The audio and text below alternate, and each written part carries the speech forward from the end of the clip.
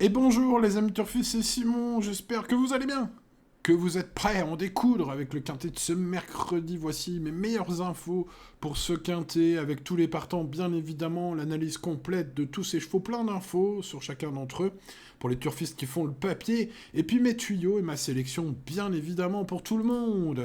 C'est gratuit, alors profitez-en les amis, allez. Et quand c'est gratuit, c'est pas cher. Bon, bienvenue à tous, n'oubliez pas le petit pouce, de vous abonner si c'est pas encore fait, bien évidemment, d'activer la cloche pour ne rien manquer à l'avenir. Allez, let's go avec cette étude intéressante. Alors, on reste à Deauville ce mercredi, mais cette fois-ci, ça se passe sur le sprint, les 1300 mètres. Il va y avoir du sport, des superbes courses. Bon, faut être à l'heure. 13h55 d'ailleurs pour le départ, ne manquez pas, parce que si vous manquez les 30 premières secondes, vous aurez tout manqué pratiquement. Bon, allez, Omicron, le numéro 1, c'est une pouliche de 4 ans ultra efficace sur PSF, mais qui paye le prix de ses bonnes performances au poids, sinon j'aurais été très chaud. Ces lignes sont superbes, cette fille de Zelzal. En forme, elle attire une bonne corde, son entraîneur Pierre Groal relève le problème de sa haute valeur aussi, mais il pense que tous les autres paramètres du jour sont réunis et je le rejoins là-dessus. C'est un cheval solide sur ses appuis aujourd'hui. Il a une bonne ligne avec Game Run qui sera le favori dans ce quintet, en finissant bien, d'ailleurs pas si loin que cela, c'était à poids égal. Et une meilleure place de départ pour Omicron, ce numéro 1 aujourd'hui. Voilà, le sable c'est son truc, la distance c'est top. Pas mal de paramètres vont en sa faveur, même si évidemment il va falloir supporter le poids pour ce numéro 1.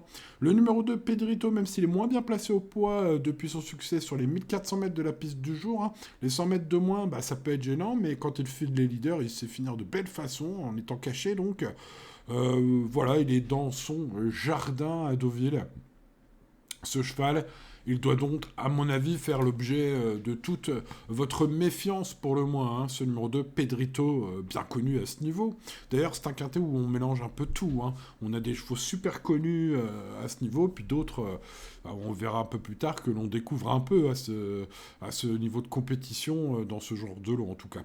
Le numéro 3, Game Run, alors lui, il est bien connu. Retour en forme, performance sur PSF, il semble proche du but, il vient de finir 2 fois second sur gazon, puis sur PSF la dernière fois, donc devançant, payant le luxe de devancer Omicron le numéro 1. Donc, bon, au papier, c'est un favori logique et solide. Par contre, sa corde de 13 me refroidit un peu. Bon, ça n'a pas l'air trop d'inquiéter son coach Patrice Cotier, qui me semble être très confiant.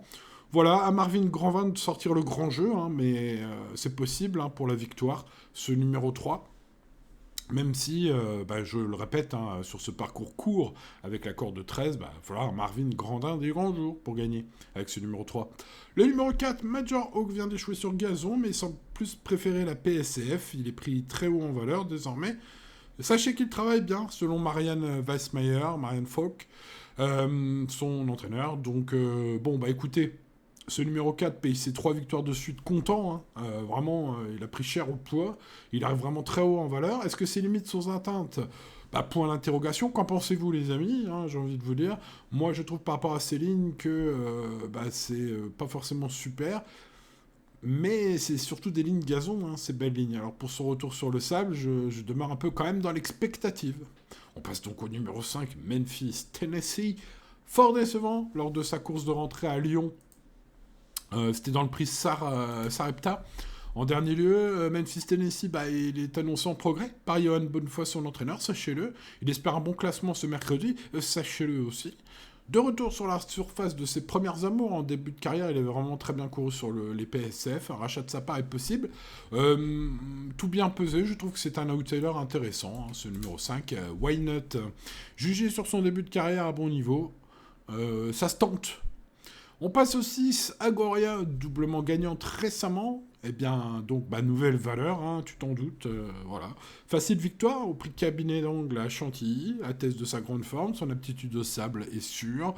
La ligne de son ultime victoire est bonne, avec d'ailleurs des chevaux qui ont brillé récemment dans les handicaps. Voilà, une ligne tout à fait correcte, limite inconnue, donc j'ai envie de dire pour ce 6, pourquoi pas. Le numéro 7, Torpen cherche à se réhabiliter et revient sur le tracé de son plus bel exploit. Sur les 1300 mètres du jeu, là, on a fait terrasser facilement Pedrito, c'était en décembre 2023. Or, Pedrito va être beaucoup plus joué que ce numéro 7, Torpen. C'est donc peut-être la cote de ce quintet, allez savoir. Son entraîneur, Robin Chouf, espère un rachat ce mercredi, j'ai envie de dire moi aussi, de retour à une valeur très jouable, ce cheval très expérimenté, intéressera surtout les amateurs, les turfistes qui aiment les chances théoriques, puisque forcément à ce poids, vu son aptitude à ce parcours, c'est la belle cote de ce quintet, pas si mal, ce numéro 7 je trouve. On passe au numéro 8, Brio, capable d'une fin de course percutante, un petit hongre de 3 ans, qui vient, semble-t-il, de trouver sa distance préférée en étant raccourci sur 1300 mètres sur le tracé du jour la dernière fois dans le prix de la Villa des Abeilles. Il fut bon troisième en tout cas. Ces lignes sont très correctes. Alexis Pouchin est aux manettes. Il devra composer avec la corde 16 et c'est là où le bas blesse, même si ce cheval est sur son parcours préféré. Mais bon, tout bien pesé, si on unobste sa corde 16, ce 8, ça peut être une chance. Le numéro 9, Gaillard, Yvonne Voluer, va-t-elle se mordre les doigts d'avoir perdu ce poulain qui était racheté par Jacques Vautrin, tiens, sachez-le. Il a été réclamé la dernière fois pour sa première sur le sable. C'est vrai qu'il a fini vite, mais trop tard en retrait.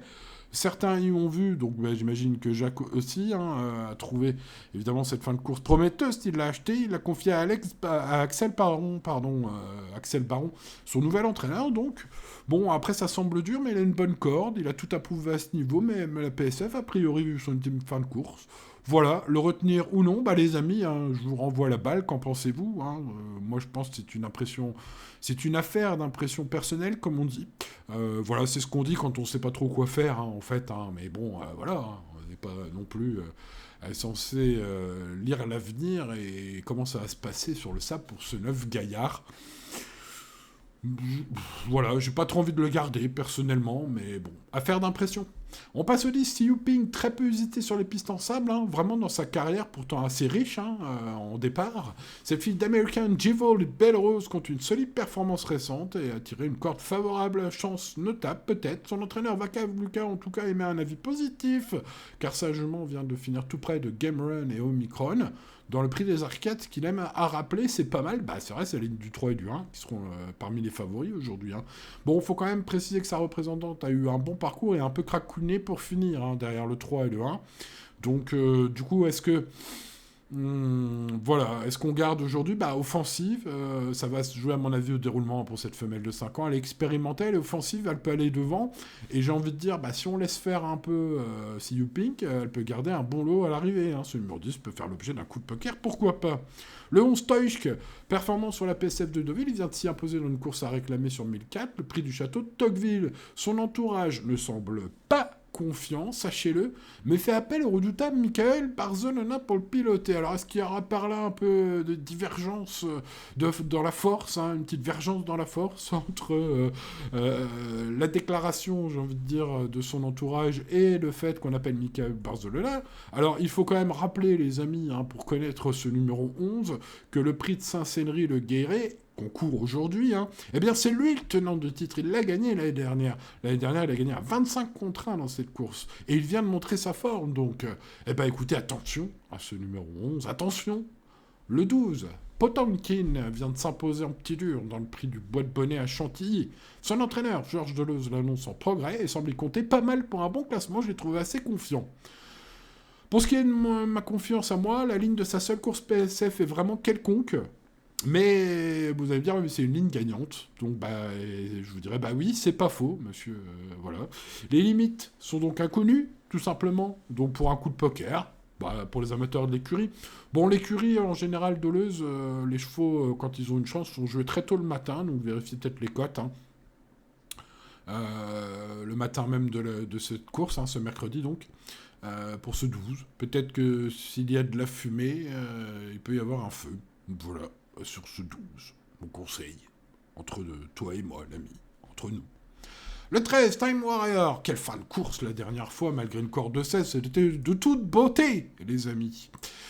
Il a une meilleure stalle, puisqu'il a tiré la stalle 5 ce mercredi. Time Warrior est sérieusement avantagé par ce paramètre, à mon avis, même si, il faut bien que je vous le dise, puisque j'ai l'information, Christophe Ferland, son entraîneur, indique un cheval certes régulier, mais qui ne détient pas une première chance selon lui. Moi, j'aime beaucoup son ultime fin de course, alors peut-être, les amis turfistes. Le 14, Salala, toujours performante, une pouliche de 3 ans qui est prise à une valeur compétitive, possède quelques atouts pour briller à ce niveau, en forme, polyvalente, plutôt bien nantie avec une corde de 7, pas mauvaise, voilà, ni bonne ni mauvaise, enfin plus bonne que mauvaise, voilà, c'est mon impression. Avec un bon parcours, un bon classement est possible, une fille d'Olympic Glory, qui m'avait fait tant plaisir il y a quelques années maintenant, qui vient de devancer Nolito, d'ailleurs, tiens, Nolito, un cheval que l'on connaît bien, dans les handicaps, qui a gagné son handicap ensuite d'ailleurs, Nolito. Bref, vous l'avez compris, c'est l'un des regrets au moment du choix. Enfin, vous l'avez peut-être pas compris encore parce que vous n'avez pas vu mon prono, mais sachez-le. Donc, les amis turfistes, ce 14 est mon regret. Qu'en pensez-vous? Dites-moi. Si vous mettez ce 14 plus haut, n'hésitez pas à me dire. Si vous voyez autre chose, les amis, dans les commentaires de cette vidéo, je les lis tous. Le 15, impitoyable, porte-t-il bien son nom, ce fils de Dark Angel? Bon, en tout cas, ce qui est sûr, c'est qu'il est compétitif à cette valeur, mais sa forme est douteuse. Ses deux dernières sorties sont mauvaises, même s'il est un peu malchanceux dans l'ultime. Bon, voilà, il peut faire mieux. Son entraîneuse, Sophie Lancelot, semble vraiment espérer une meilleure issue aujourd'hui, avec son pensionnaire. Petite info qui pourrait se transformer en grosse info, si ce 15 fait l'arrivée, faites-en ce que vous voulez. Cheval sur la tangente, vraiment, entre ce qu'il peut faire, ce qu'il fait ces derniers temps. Il peut intéresser ceux d'entre vous qui aiment les sensations fortes, car sa valeur est désormais très jouable en théorie, et sa cote sera belle. Le numéro 16, finissons avec ce numéro 16 qui vient de montrer sa forme à un petit niveau. Il découvre Deauville sur une distance qu'il va apprécier. Notez qu'Anthony Crastus est le jockey tenant du titre, puisque l'année dernière, c'est lui qui s'imposait. Alors, pas avec Goloptius, pas du tout. Et puis depuis, Anthony Crastus a un écart foudroyant dans les quintés plus. C'est terrible pour ce jockey. Je ne vais pas le dire, son écart, parce que c'est tellement élevé que ça la mettrait mal. C'est pas mon but d'accabler les gens, ils font ce qu'ils peuvent. Voilà, un cheval qui est limité sur ses meilleures lignes. Il est plutôt en forme, le cheval, et puis Anthony Crassus veut bien finir par se réveiller un jour. Bon, mis à part ces éléments, les amis, j'ai pas grand argument pour ce numéro 16, au final. Bon, voilà, c'est comme ça, à vous de voir, dites-moi dans les commentaires. Donc, base en or, logiquement... Game Run, en plus, la petite info, ou peut-être grosse info à l'arrivée, on verra bien, c'est que Patrice Cottier m'a semblé vraiment très confiant pour ce numéro 3. Donc, tout semble porter à croire que ça va bien se passer, même si Marvin Grandin, son jockey, devra se sortir d'une corde quand même très moyenne. Voire même mauvaise, en fait. Donc, voilà, c'est évidemment le hic. Mais pour le reste, ce 3 a vraiment tous les arguments en sa faveur. Même si Christophe Ferland, l'entraîneur du numéro 13, n'est pas chaud du tout, moi j'aime beaucoup sa fin de course la dernière fois, alors qu'il avait une très mauvaise corde de départ. Aujourd'hui, il a une meilleure corde, et il aura une très belle cote, d'ailleurs, ce numéro 13. C'est peut-être la belle trouvaille de mon prono. Le numéro 1 Omicron, oui, malgré le poids, allez, on met, c'est la ligne de Game Run. Évidemment, une pouliche de 4 ans de haute qualité, mais très chargée. Voilà, je vois peut-être pour une place ce numéro 1. Quant à Torpen, le numéro 7, qui cherche à se réhabiliter, c'est une chance théorique de premier ordre. Eh bien, évidemment, on est sur un cheval qui avait largement devancé ces lignes, ces fameuses lignes dont je vous ai parlé du haut du tableau. C'était en décembre 2023, alors faut-il s'en rappeler? En tout cas, Robin Schoof, son entraîneur, espère un rachat. Moi aussi, j'espère un rachat, vu que je l'ai gardé en tocard du jour, ce numéro 7, vous l'aurez compris.